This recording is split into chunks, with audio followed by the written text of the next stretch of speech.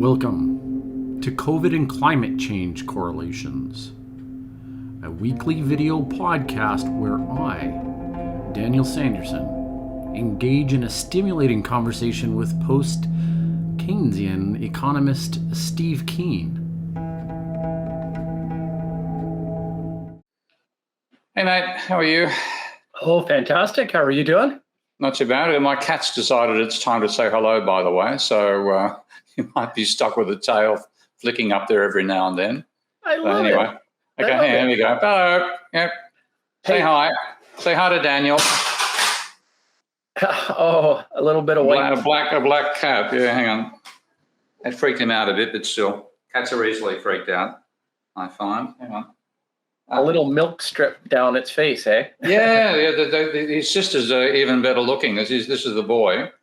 And there were a usual story, 4 in the litter. They were just abandoned near my wife's sister's place. And, they were going to be left that way. And then they decided to take, they said, can you take some? And Nisa said, we'll take 2 because, one is boring for the poor animal on its own, which is true. And so we got the 2, and they're great fun. I must admit, they're real buzz to have around. And they're very different personalities. Yeah. So he's very boy-like. He just, he doesn't want to show too much affection, but he'll just hop up every now and then, and he bites to show affection. Oh, yeah. This morning, thank Christ, it's the first time he's bitten me without breaking the skin. So because they've got a much tougher skin than we have, of course. And then the other one. You're a cat lover. I have a. No, I'm not. I just said it's. I prefer dogs, but they're great. It's just nice to have a connection to life, basically. Oh, they're good. Yeah. I as a philosopher, I really, I think I gain my most insights in terms of consciousness in watching other animals. Yeah, right? that's a good point. Our domestic brethren, right? I mean, yeah. You think of a dog that has probably the most socialized domestic animal compared to, it's our best friend in that sense, right? But without language and us being language animals, I mean, how does the consciousness actually differ, right? What it's like to be a bat, a dog, and they don't have language. We notice with our own little dogs that they understand language, they understand certain commands. And I think this idea of an ordered arrangement of knowing what's going to happen next is something that this predictive function that we look out for, which is kind of foundational to like a natural form of logic. It's something that, I would say at a cellular level, we follow those rules, right? Yeah, well, there's even been research that I've seen recently that slime mold can behave in an intelligent way. So in that sense, consciousness is a much more pervasive thing than we realize. It's self-awareness. I think we mistake self-awareness for consciousness. And the thing I'm actually amazed by these 2 cats, they both recognize their reflections in the mirror. Wow. Yeah. Okay. Whereas most cats aren't that bright. They see, it's a rival cat, I've got to attack it. It's me. Okay. It's all the economics in the air. I should fix that bit up there. What the problem is. So it's all the economics in the air, Steve. I think I've actually gained a couple IQ points from hanging out with you.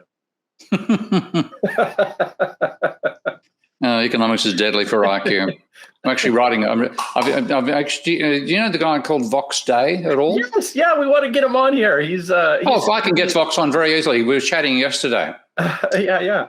He's become a good friend, and he's actually volunteered to be my publisher.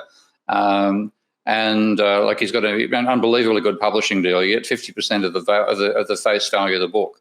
Not that particularly motivates me, but it shows what he's like. And I have a great deal of respect for him. So you want to come on the podcast for sure? Because actually, would you like to come on the podcast? He'll say sure. Yeah, because behind us we've got a publishing company, and we always look. It's a natural fit. It would be a fun conversation. Yeah. Okay, well, we can arrange that for sure. He'd enjoy that. Yeah. I find the conservative standpoint is always very easy and fast to shore up, right? And I can appreciate that side. I think I grew up in a conservative mindset. Alberta, right? Little mini Texas oil state of Canada, and I was a young conservative. I had a conservative upbringing as well. My mother and father were both conservative. My father especially so. So I came to being progressive by reacting to the economic and political circumstances of my time. And then, what I respect is integrity. And if you can and you get people who are willing to listen to alternative view, and Vox has got that in spades. Yeah. So he's like you said, he's actually said if he knows we're politically at other sides of the spectrum, but if I believe something, he takes it seriously, even if it contradicts his own priors, which is kudos to him, basically. Yeah, I mean, I don't know. I think you can, if there's people willing to have a synthesis, a discussion, and you're willing to, maybe that's the idea, that we need more open dialogue on problem resolution, right? As opposed not ideological reactions. Yeah, exactly. Yeah. And it seems so simple, but we have such an inertia with the system in place. I think it's also the nature of human nature itself, and human nature is necessarily social. If you try to talk about humans in isolation, that's bullshit. But that's where neoclassical economics starts from. So no wonder it ends up in Crapsville. But if you look at humanity, we've always been a collective species. There's no such thing as an isolated human. The Robinson Crusoe thing is a total myth. And the first thing Robinson Crusoe desperately wanted was another human. So it's just ridiculous to start from the point of view of an isolated human being, which they do. But if you look at us as social creatures, we've always defined ourselves in relation to how our community responds to us. And the general thing is that makes you conformist, which is part of the problem. The exceptions are sometimes the ones that are, the other side is you can go against your community, and that's the contrarian. But the majority are always conformist. And that's partly why we succeed as a species, but it's also our downfall. Yeah, I mean, I totally get it. I think this descriptor of eusociality is really what makes us human, and there's a lack of it in our society. This proximal and distal relationship between the individual and then the group. But I have a question for you about that. You have when you had two let's say an economics textbook that was focusing on the neoclassical, and you say it focuses more on the individual. Okay. Yeah. Right. So you have an equivalent like post-Keynesian textbook, and it says, well, we look more at it from a group standpoint, right? From first principles. Yeah. Okay. Yep. So beyond that being a preface to a book and a nice description, I mean, what is it about the mathematics that starts to emerge right away that is a plurality versus monad? Oh, one of the easiest things is that if you start from the point of view of individual, you have no concept of income distribution. Okay, so if your core model is a utility maximizing individual, you take the income that the individual gets as exogenous. Okay, it's predetermined. So when you look at the way that neoclassicals model consumer preference, they start with the idea of a consumer choice. They start with the idea of a consumer with a given income that's not varied in the analysis, and given preferences.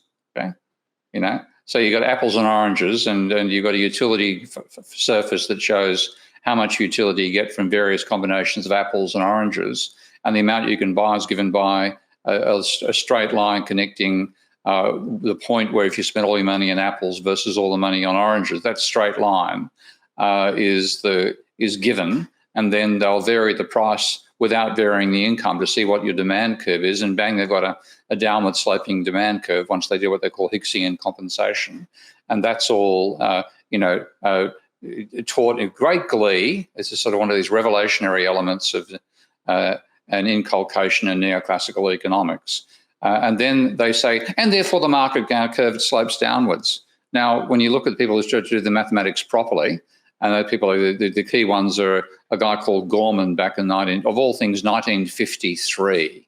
Okay, the year I was born, bloody ridiculous length of time ago, and Samuelson in 56, and then a group of mathematical economists around the late 60s, early 70s, Sonnenschein, Mantel, de Breu, and Schaefer. They attempted to see what could you actually derive a downward sloping market demand curve by aggregating the demands of all the individuals in an economy. Because if you're going to have a market demand curve, by definition, it's reference to a particular economy. And if it's the market demand curve, then it has to reflect the incomes of all the people in that community. So when you do the individual analysis, you can vary the price and assume the income is unaffected. But when I'll try to do it for the aggregate, when you vary the price, you will vary the distribution of income, because if you make apples more expensive, then whether the income of apple producers goes up or down depends upon the reaction to that higher price of everybody in that economy, including those who produce apples and those who produce oranges. And mathematically, I mean, the results to me is obvious. But most neoclassicals don't even know about the result and poo-poo it when they get told the results. The result is you can't derive a downward sloping demand curve at the market level. Now, that's an essential part of neoclassical economics, and they can't fucking prove it. Okay, and this is what really pisses me off about them when I see people, saying, "Oh, market demand curve slopes downwards." You can't even prove that with your own theory, So that's their problem. They by leaving income distribution out of their fundamental definition of a human, they have an individual without situating the individual in society. Then you get this individual-focused analysis, which has a logical conundrum right at its very foundation. Whereas the post-Keynesian approach pretty much carries on what the classical school used to do and divides people into social classes. You have at least workers and capitalists. In my work, you have workers, capitalists, and bankers. And therefore, you have a distribution of income between those social classes. And so that's a structural reason why those two approaches to modelling diverge from the very outset. And the post-Keynesian one is more valid. Fundamentally and ironically, the neoclassicals have proven the post-Keynesians and the classical school is right, and neoclassicals are wrong. Yeah, I mean, and ultimately, let's say that the balance of power shifts to a post-Keynesian zeitgeist, right? A culture of economics. Then there's still within the field plenty of opportunity to find where that fine balance of economics lie, right? There's still a lot of work to be done. Oh, there's a huge amount of work. This is one of the I'm writing my book, the new book, New Economics and Manifesto, should be out, if not this month, then next month in the UK, and I think it's in December. It's going to be out in America, and I mean, a large part of that is teaching post-Keynesians, because there's no way neoclassicals are going to read it. Teaching post-Keynesians some of the mathematics they should have learnt to do their modelling, because one of the great tragedies is that the technical skills that most post-Keynesians have were taught to them by neoclassicals. Just because when you go to university, 85–90% of the staff and 100% of the tuition is based on neoclassical theory. So you learn econometrics, you'll learn how to build difference equation models of the economy, blah, blah, blah. You won't even learn stability analysis, because equilibrium must be stable, eh? Equilibrium. And therefore post-Keynesians, most of them work with equilibrium-based models without realizing that there's a serious question as to whether an equilibrium of the model is stable or not. And so consequently, there's a huge amount of work that's necessary to base post-Keynesian work on the mathematical foundations that it should have, because in a weird sort of way, they're still based on neoclassical concepts.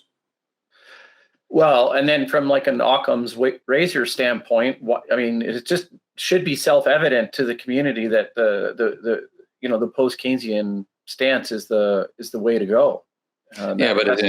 Anything but. I mean, we're going to be the minority until capitalism collapses. Frankly, that's my considered opinion now. Is that post-Keynesians who've got a more realistic foundation for analysing the economy, and evolutionary economists and complexity theorists and so on. There's a handful of those of whom I'm one. We won't become the dominant group in economics until capitalism has been destroyed by neoclassical economists. Yeah, okay. So let me see if I got this terminology right, because I've never used the word before, but you use it quite a bit. Exogenous. So if I say that the collapse was exogenous, then it's like saying the collapse was inevitable. No, it's like saying it's something outside the system you're looking at caused the collapse.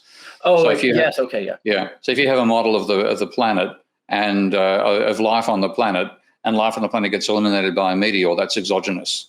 Okay. Right. If life on the planet gets eliminated by a volcano eruption, that's endogenous. Endogenous, yeah. Or a virus. Yeah, or a mosquito. So whenever I move like that in my face, it's because a mosquito just went past. So if I suddenly go and do a clap, it's not me giving a sound. The fuckers eat my shoes. I mean, it's not as bad as it would have been here 30, 40 years ago, but you still got a lot of mosquitoes in Thailand, and I'm sick and tired of being food. So this sort of stuff, So here's the little scientific experiment here, okay, Steve? So with no predetermined outcome or teleology in mind, there's no goal or algorithm to this. We're doing this like scientists.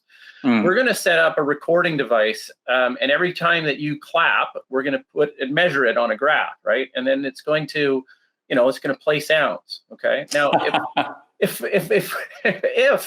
it comes back as a recorded some sort of like, jingle or something like that, what are we going to do about that? What would the scientists say? We'd be like, I have no idea. I think it's too complicated, mate. I think I'll leave that one out. Oh shit. Well, anyways, so I've got my my kangaroo shirt on. I mean, I know you're in Thailand, but I've got it's. Right. Okay. I actually know that. Have you been in Sydney? Yeah, that was well. My wife brought it back, and I don't think I'll be there. I really don't. I'm really becoming very anti-traveling as of late. Yeah. Well, I mean, it's I've got an ambivalent feeling now. I mean, traveling, which means hopping in a jet and blasting the atmosphere of carbon dioxide coming out the rear end of an engine at 900 kilometers an hour, or 800 kilometers an hour. Those days are numbered. So I agree with you completely on that front. I'll be doing a bit of it because I've got to head back to Australia in December to re-enroll as an elector so that I can become a Senate candidate. So I've got to do that. And another part of me, there's this whole thing about how do you solve climate change, and a lot of people have it's your personal decisions that cause bullshit. Okay, yeah. Yes, in some sense, you can catch the train rather than drive the car in a domestic, in a national scenario. If you got an international situation, what do? Hop on a yacht and go back to Australia? I'll be hopping on the yacht in a couple of weeks to get there by Christmas. So it just isn't feasible. So the structure of society determines those outcomes, not what your individual preferences are. And part of me just thinks, my basic attitude, we're not going to avoid catastrophic climate change. It's going to happen. In some ways, the sooner it happens and we wake up people that don't believe it's happening, the better. So if I decide individually to not to fly, I'm slowing down how soon the gigantic slap in the face comes to the rest of the power brokers in the system who can actually make those decisions about changing investment directions, or they get the slap in the face, kicking the balls, whatever it ends up being. So I'm not going to slow down how soon that happens. Well, I have the utmost respect for you, Steve, and I think you're one of, a very, very important thinker. I mean, I always kind of pat you on the back from a distance and say, I mean, like what you've released, what you've, submitted to the Royal Society, and the work that you've done to hopefully, counteract the, the Nordhaus claims. I think this is truly remarkable, and on top of that, you're moving for a senator position in Australia, and I think you can be a really, really influential person. So I'm glad that there's a smart person, about to, captain this ship. Okay, I don't know about captaining, mate. my thought about this is that it really is the case. We've got a bunch of people sitting in the lower decks of the Titanic who've worked out the boat's going far too fast to evade an iceberg. And we're desperately trying to say to the captain, slow the damn thing down, get out of here, turn south. And they're not doing it. And then once they hit the iceberg and it starts to sink, they'll say, here's the wheel. Why don't you take over and see if you can save us? Well, screw you. But that's, I think, only in those circumstances are we going to get any influence. Well, you say screw you, but it's almost like, I almost see that as inevitable, right? I mean, it is inevitable. Yeah. I mean, then the conservative position instantly changes. And now they're still the ones that are right. They just said, hey, we had just to wait for the world to catch up and have sufficient evidence to move in this direction. Well, the funny thing is, I mean, if you've seen the Murdoch press has got Murdoch has given a directive that they have to now say climate change is happening. Have you seen that? No. It's quite remarkable. I should have, well, I'll see if I can find a tweet that shows it. But what you have is the Murdoch press has literally decided that they've got to say climate change is happening now. It's bizarre, but oh, here we go. Perfect. I found it straight away. Okay. I'll do a share screen here because you've got to see this to believe it. Just hang on a second. Do I got share screen here? Yeah, right at the bottom there. Hang on, go down here. Go boom. Present now, a window. Okay, this will do. So this is the window. Okay, and then, hang on. No, not that one, this one. Here we go. Okay, can you see that? Or is it a bit too... No, it'll be up there in a second. Okay, there we go. Yeah. The Daily Telegraph. Okay, what am I looking at here? Well, you're looking at the Daily Telegraph. I'm just going to move this. Oh, pardon me. I just stuffed it up completely. Hang on. Pardon me. Let's go back again. Here we go. Boom. And I've got a dodgy mouse here. Okay, can you see those now? Well, I can see them, yeah. The Daily Telegraph. Okay. Well, that's from 2019, saying there'll be never enough figures to satisfy the climate skeptics. And here's how much carbon policy will cost the economy. And over here, green and gold, Australia can be #1 in the new global economy. And this is just, it is so transparently propaganda. It just takes my breath away. So, rather than being a newspaper, it's a views paper, and it's the views of Rupert Murdoch. And for some reason, God knows why, he suddenly flipped from being denying it's happening, which is back in 2019, to, it's happening and we can make money out of it. And it's just crazy. But that's, yeah. So what's going to happen is that there'll be no way they hand over power. I mean, I'm actually looking for Mother Mouse, which works better. I think my cat must, yeah, that's right. My cat knocked my mouse onto the floor. Isn't that appropriate? Hang on. Bring it back, and I can, yeah. You warned you warned me earlier. You said, you know what, that cat's gonna cause some havoc. It did. Show, yeah. It did. Okay, hang on. So what happened? We back on the show again? I can't actually see. Okay. You're with us, yeah. Okay. Am I still presenting that screen, or? No, it came off, but I think we got that idea. They got the point. Yeah. So that's, there's, even if it turns out that the people saying climate change is real and incredibly dangerous, we've been trivialized and mocked and marginalized for the last 50 years. When it becomes obvious we're right, the climate change denying people won't change their position. They still want to be in power. So they're not going to concede to people like me. I'm still going to be in the protest group.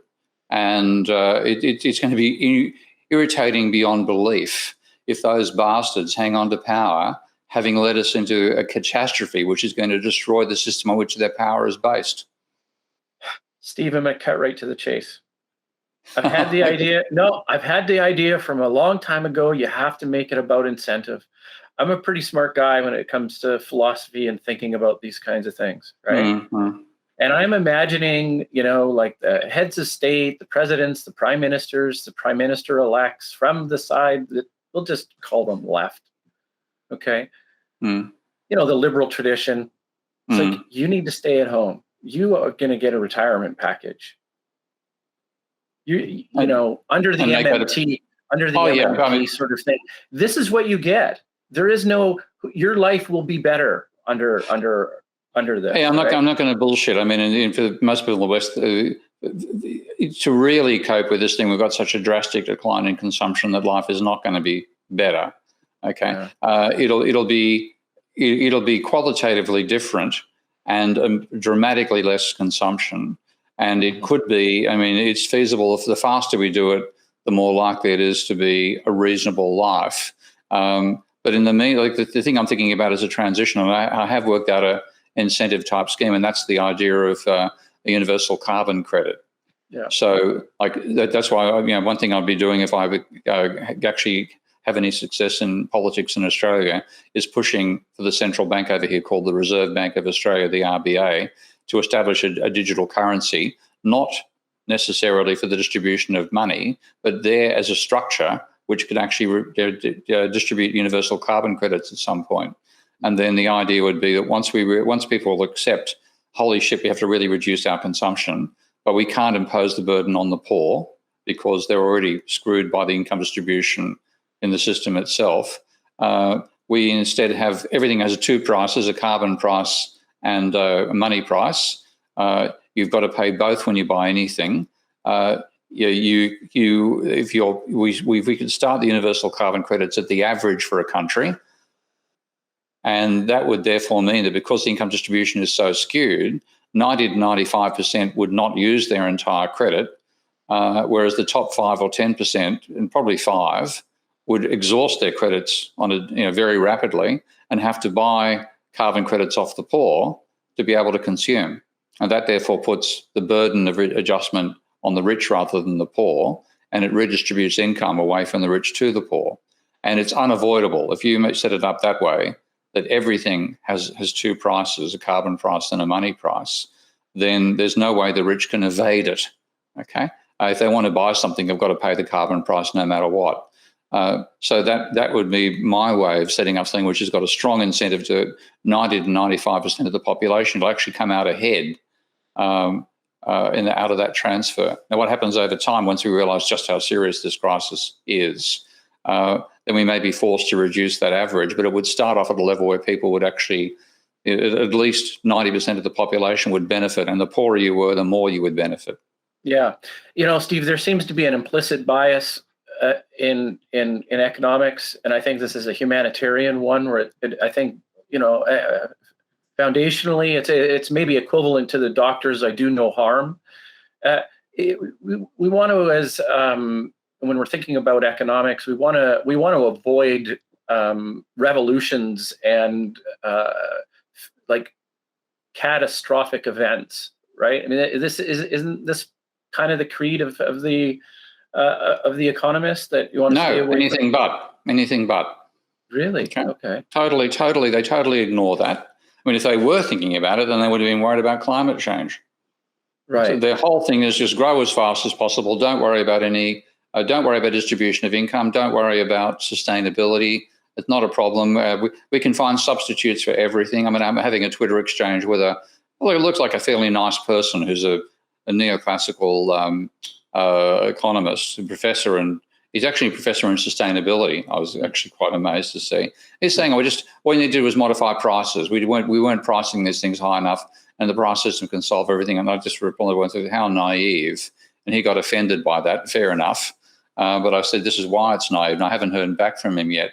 But they basically, they completely ignore the question of whether a crisis can result from this. And like, Nordhaus has projections of the economy growing out to 2,500 while still continuing to grow at the current rate. Now, there's absolutely no concept that, that there's, even on the, forget about global warming, even in terms of the laws of thermodynamics and the generation of waste heat and the increasing radiation of energy from the planet because of waste heat from our economy. There's a wonderful paper, I think I mentioned it to you before, called Finite Physicist Meets Exponential Economist. Yes, you told Scott to read it, but now I think you're telling me to read it. So I'm telling you to read it, yeah. Okay. So it's a conversation between a physicist and an economist at a dinner, and the physicist had, as it happens, had worked out how long it would take for economic growth to mean that the radiation of heat from the planet, simply obeying the laws of thermodynamics, okay, nothing to do with global warming at all, would be such that the temperature of the Earth would hit 100 degrees Celsius. And the answer was, I think, in 2,500 years. And he said, like, we know what we were doing 2.5, maybe even less than that. It was sort of, we know 2,500 years now, we know that the Greeks were the dominant empire in Europe. Okay? Yeah. Okay. So we have historical records going back 2,500 years. You said, this is just the same distance in the future as we are from the Greeks. And he said, at that point, like literally, the temperature of the planet would be hot enough to boil water on average. Okay? Now, in 2,500 years. Now, that probably means in about 2,300 years, because that's an exponential process, the temperature would be hot enough to mean that no mammal could survive. And that's without global warming. So if you're a physicist, forget about global warming. In terms of energy consumption alone, there's a limit to how much energy we can consume on this planet. And yet economists happily predict out stuff going on indefinitely, and none of them have got any idea of this. They're ignorant. They're fucking ignorant. And I'm just, pardon my French, but I'm just getting so sick and tired of dealing with them. You provide a very sophisticated way to look at the environment and put it into an economic framework. I do applaud you on that. I didn't even know that this type of thinking had existed. Prior to speaking with you, I think the only thing I heard is something like a total 360 accounting, right? In terms of products, like, how like from cradle to grave sort of thing, right? These kinds of programs. Circular economy stuff, yeah. Yeah, I mean, a little bit. I heard about it, but this seems to be an economics that describes our interaction with nature at a fundamental level, and that I think is really, really important. Yeah, it's vital. I mean, that's one reason I didn't get involved in the environmental economics debate until after I'd written that paper back in 2019 with the title of A Note on the Role of Energy in Production. And what it was a very simple, logical piece, but you can't bring energy into your model of production unless you also bring in waste. Okay? And the neoclassicals had done sort of hand-waving exercises to bring energy in, where they simply had my wife is grabbing my water here, so I'll just, honey, I'll give you that one. Thanks. They took their preferred model of production called the Cobb-Douglas production function, and that says output is a function of capital and labor, and they have no role for energy. And when they got challenged by the limits to growth back in the early 1970s, two in particular, Stiglitz and Solow, developed models where they added resources in as a third factor. But what they did was they simply multiplied them together. So they had a function saying output is a function of labor times capital raised to both mathematical powers, so that if you what's called constant returns to scale, which is it's one of the few assumptions I can support in classical economics, and that says that if you double all inputs, you'll double output. So the coefficients that they raise the labour and capital to, the powers they raised them to, was such that doubling labour and capital doubled output. So that's just an assumption there. So the sum of the exponents has to be 1. Okay. So they had labour and capital, 2 exponents summing to 1, and they had added resources in there. They called it R for resources rather than E for energy, and they all added that. And the way they calculate the exponents is simply looking at the share of income that those factors of production, as they call them, get in the economy. So when they did labour and capital, they said 70% goes to labour, 30% goes to capital. When they brought in energy, the energy sector is about 3% of GDP, 3 to 5%. So they gave this exponent of energy of 0.03. And I found a recent paper, like 2016, I think, where the neoclassical economists modelling climate change used exactly that form and had energy with a coefficient of 0.03. Now, what that meant was, like, labour is by far, with that mathematics, labour is by far the major factor that causes changes in output with a coefficient of say 0.67 in that case. They had 0.67 for labour, 0.3 for capital, and 0.03 for energy. And therefore, if you said, well, what happens to the output of the economy if your energy levels drop by 85%? And the reason I use 85% as an example is that if we thanks, honey, if we find that there's a drastic collapse in energy availability, and if we find, holy shit, this is real, we've got to stop burning carbon in the atmosphere now, shut down any energy source which is not carbon neutral, what does that leave us with? 15% of current production, because if you add up solar, nuclear, and hydro and wind, you get about 15% of global energy output is non-carbon based. So we'd have to have an 85% fall in 85% fall in energy input. Now you feed this into the modified Cobb-Douglas production function with energy having a coefficient of 0.03. What does that imply is going to happen to your production? It's going to fall by 5%. So an 85% fall in energy will cause a 5% fall in GDP. Now, if you don't realise that's bullshit, then we should stop the conversation. Of course you do.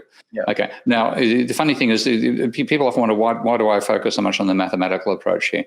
It's very simple. That if you look at, and this is a nice illustration of it, if you take my approach, which is what I finally worked out in 2016, it got published in 2019, that the lovely little saying it gave me the solution. Labour without energy is a corpse. Capital without energy is a sculpture. So what you've got to treat energy is not an equivalent factor to labour and capital, but an input to labour and capital without which they can do without which they can't do any work. So your function is not L times K times E. It's L with E as an input times K with E as an input. And the energy input you can treat as fundamentally how many units there are, so how many machines, how many workers, times the amount of energy they consume, energy consumed by workers, then you consume by machines, times how efficiently that is turned into useful work. Now, the labour part of that is pretty much a constant when you multiply the two together, because you and I consume an enormous amount of energy. Look at the amount of energy we consume on a daily basis. You measured in tens of thousands of watts, okay. But the amount of energy we can put into work is about 100 watts, okay. So we, and Buckminster Fuller talked about us having energy slaves that do most of the work for us these days. You go back to Rome, but if you go back, you look at, actually, if you are a worker, like an unskilled worker, how much of that energy are you putting into production? It's trivial, okay? And for a Roman slave, it'd be much more, but when you multiply the two together, the amount of energy consumed times how much is put into useful work, you're going to get 100 watts. So it's a constant. Okay. You look at the machine, the amount of energy being put into a machine was way back when we had the first industrial revolution with the steam engine. The amount of energy that a James Watt's steam engine would consume on a daily basis was about, going from memory, I think about 9 tonne of coal. Okay? Now, when you look at that's the representative machine in that sense that's the machine that defines the early industrial revolution. So 9 tons per coal per day. If you look at the Falcon 9 rocket, that consumes, I think, about 9 tons of rocket fuel per second. Per second, yeah. Wow. Okay, so it's 23,000 times as much energy per day. And so that's really where the growth in wealth has come from, this consumption of energy and conversion into useful work by the machine. But when you feed this in, when you put this into the neoclassical's preferred model, what you get is that energy has the same coefficient that capital has. Now, the reason for choosing the share of income is bullshit. They shouldn't be using that at all. It's the wrong number. But even if you do that, that's a 0.3 versus the 0.03 coefficient they get by. Okay, so what that means is when you feed in that 85% fall in energy, what you get out of the correctly modified Cobb-Douglas production function, even if you don't take into account the coefficient itself is too small for capital, what you get is an 85% fall will cause not a 5% fall in GDP, but a 44% fall in GDP. Mm. So that's very long. I've even forgotten what the question was, but that's why this stuff is trivialized. And they're not even aware of how they're trivializing it, and they're trivializing it by bad mathematics. How certain are you on the 0.3 discount? It's bullshit. It's bullshit. I know it's wrong, because again, like this is actually going to what's called the Cobb-Douglas production function, and this disease has taken over mainstream economics. And when you look back and see where did it come from, in the attempts to build a mathematical model of the economy, you had to have some idea of a relationship between inputs and outputs. And back in the 1930s, I think, probably with the 1930s, a lot of bad neoclassical economics came out of the 1930s. Cobb was an economist and Douglas was a mathematician at the same university. I think that's correct. Might be the other way around. But Cobb was looking at labour and capital data series and their annual data series, and looking at GDP as well, and saw some sort of relationship between them. So basically the labour share of output and the capital share of output and output itself.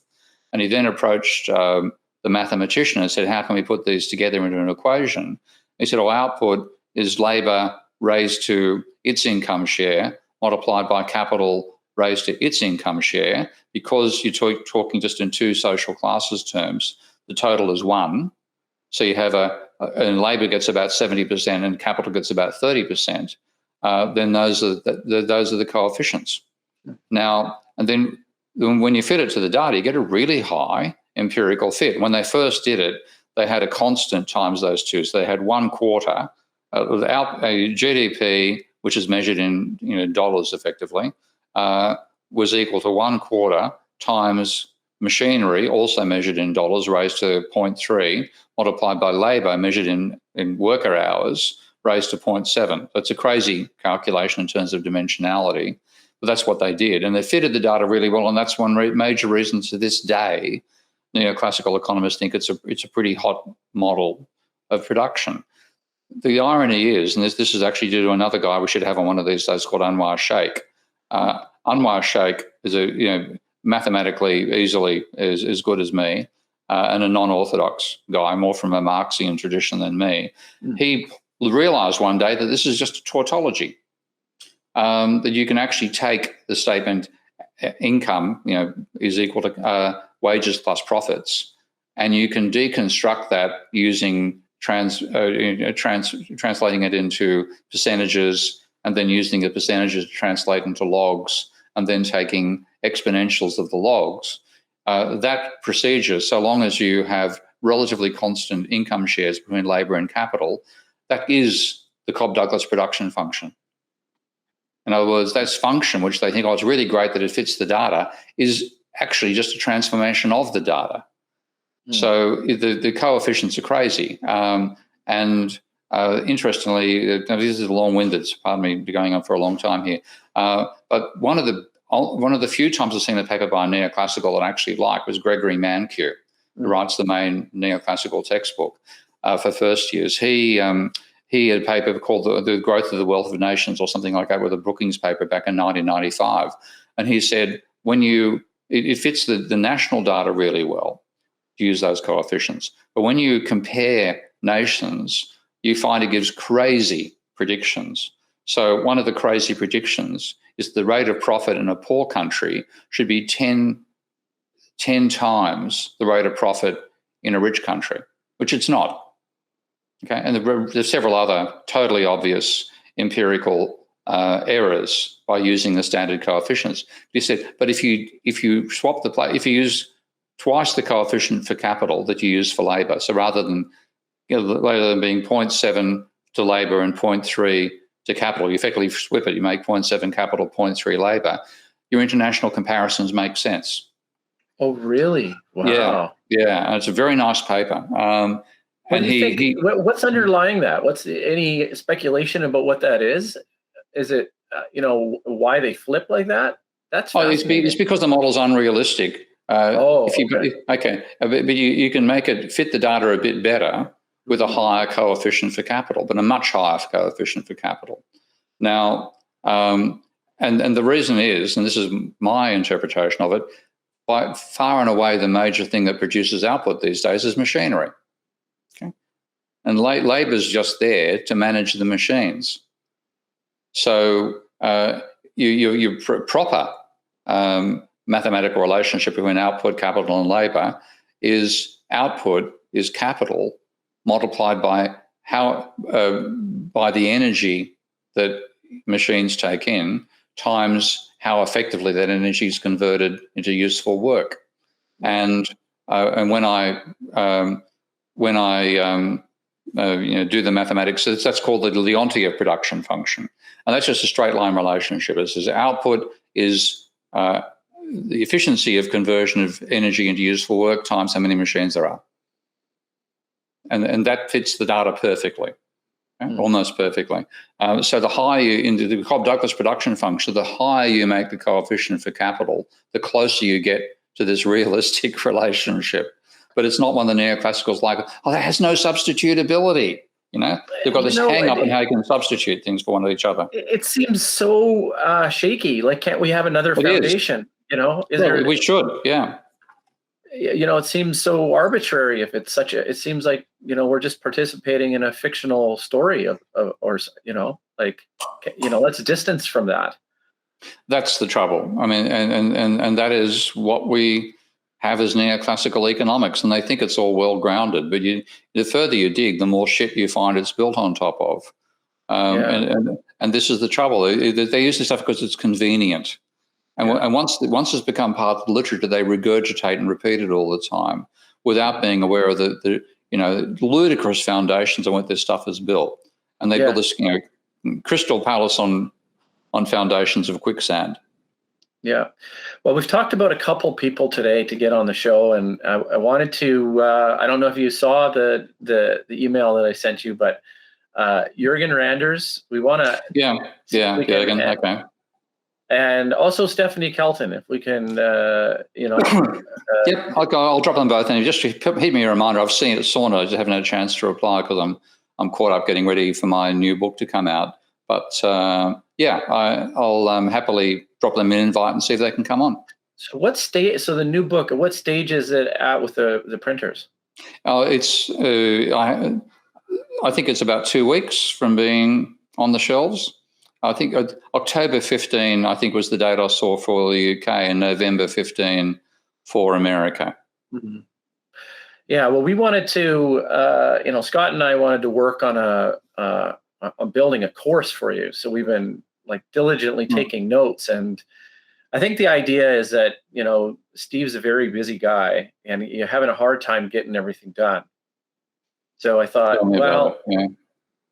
if we could outline something, like a course, then I think that would be really good. And well, Vox actually made this chat we had yesterday, Vox made a good suggestion. He's got a new channel he's putting together, a new social media system, and I'll be putting part of it's like Patreon, and I'll be putting myself up there. But part of what he has is live streams.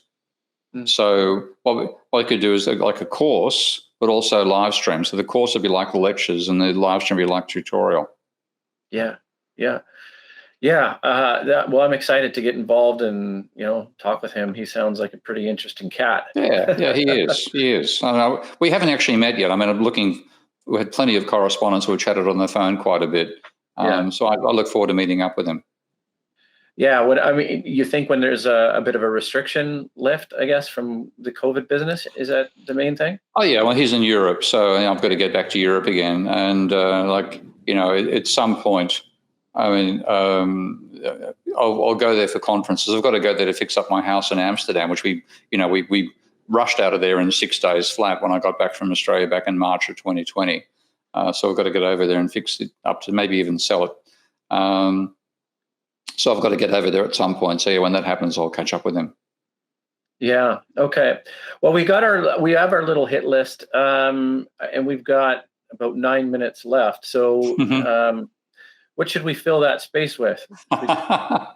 Oh well, actually, just an appeal to any Australian viewers. There's now a survey, a petition, which you can find on Twitter and also Facebook, I think, to get the Australian Broadcasting Commission to report on the party that I'm now running for, the New Liberals, because we've got I think we've got some mainstream coverage, like in the Guardian Australia, I think, mentioned that we existed, but apart from that, nothing. So there's just anything to try to raise our visibility would be great. So that's a bit of a plug. Actually, interesting thing. I saw a tweet today. Twitter's not. If the internet's an unreliable source of information, Twitter's that on steroids with attitude.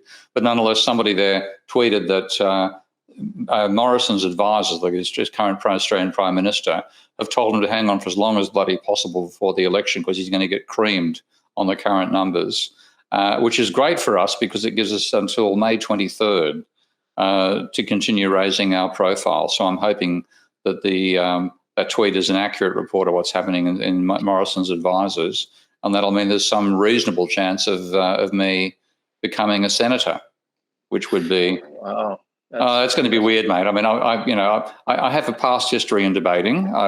That was what got me into. Yeah, you're a good debater. You are very good at But you're getting the sort of mud you'll get thrown at you in politics. I'm not exactly looking forward to it, but it'll be an interesting experience. I think you've got the substance to back you up, and you're quick and you're witty, and I think you've got. Yeah, you're going to give me a fat head. No, well, it's true though. You could, by an order of magnitude, or maybe a couple in popularity, you very much could be, and I know that from the likes of. That phenomenon of Jordan Peterson. You have something of substance to say, and I've even thought of trying to advocate for you on some of the important media outlets that that I'm aware of, like the Sam Harris show, or the Weinsteins.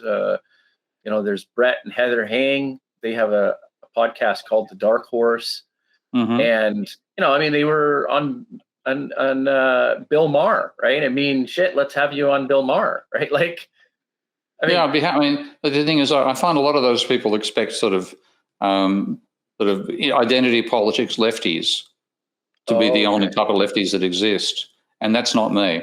I'm no great fan of the identity. In fact, I think identity politics has corrupted the left. So I'm not at all in that mold. So I think I disturb those people a bit. I know I disturbed Peter Schiff. Did you see the discussion I had with Peter Schiff about? I've got to remember the show it was on. That's right, on the Boom Bust Report. Oh, okay. Boom Bust Report. I had myself and Peter. Oh, this is terrible. I'm just doing too much on my. I forget myself, Peter Schiff, and Richard Wolff. Right. Okay. And, yeah. Okay, we were together on the Boom Bust Report. And I know that I throw Peter because he expects standard lefty stuff coming out of me, and he doesn't quite know how to process what I say. Exactly. No. I think this Dark Horse podcast, they're evolutionary biologists. They are self-identified as liberals, but progressive, and I mean, they're good. They're evolutionary biologists, so they really think in a like a scientific way, and it's really cool to see that. But I could jump from that to listening to Vox Day, and why don't we end on that note with a good old plug to Vox, and I hope to see him on. And Steve, until next week. Thank you. Pop me the reminder email, and I'll give me a day or so, and I'll send it out to each of them. Okay. All right. Okay, mate. Bye-bye. Bye.